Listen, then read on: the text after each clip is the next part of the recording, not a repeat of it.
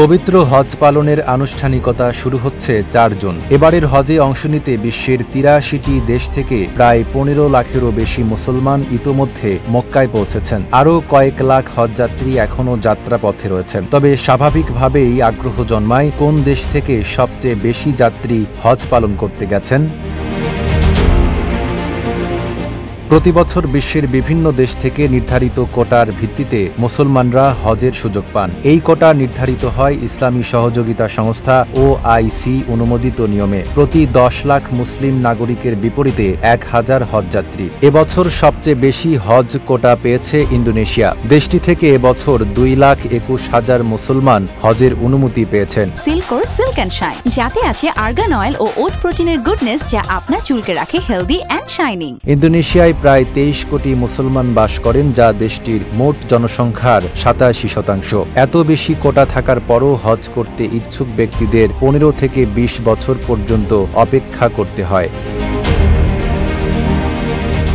দ্বিতীয় সর্বোচ্চ হজযাত্রী যাচ্ছেন পাকিস্তান থেকে। দেশটির কোটা ১,৮০,০০০। পাকিস্তানে ২২ কোটির বেশি মুসলমান বাস করেন। তৃতীয় অবস্থানে রয়েছে ভারত, যেখান থেকে এবছর ১,৭৫,০০০ মানুষ হজে যাচ্ছেন। ভারতে মুসলমানের সংখ্যা প্রায় ২০ কোটি। বাংলাদেশ থেকে এবার হজের অনুমতি পেয়েছেন ১,২৭,১৯৮ জন। তবে এখন পর্যন্ত সৌদি আরবে পৌঁছেছেন ৮৭,১০০ জন। জনসংখ্যার অনুপাতে কোটা বরাদ্দ থাকলেও সাম্প্রতিক বছরগুলোতে তা পূরণ হচ্ছে না।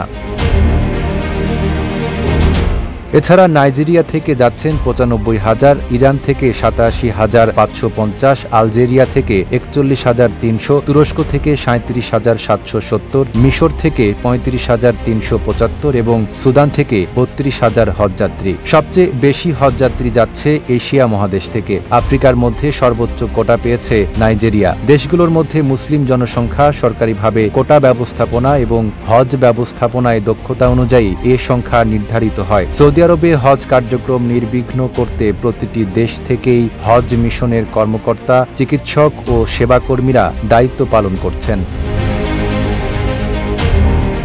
Desk report, Dhaka post.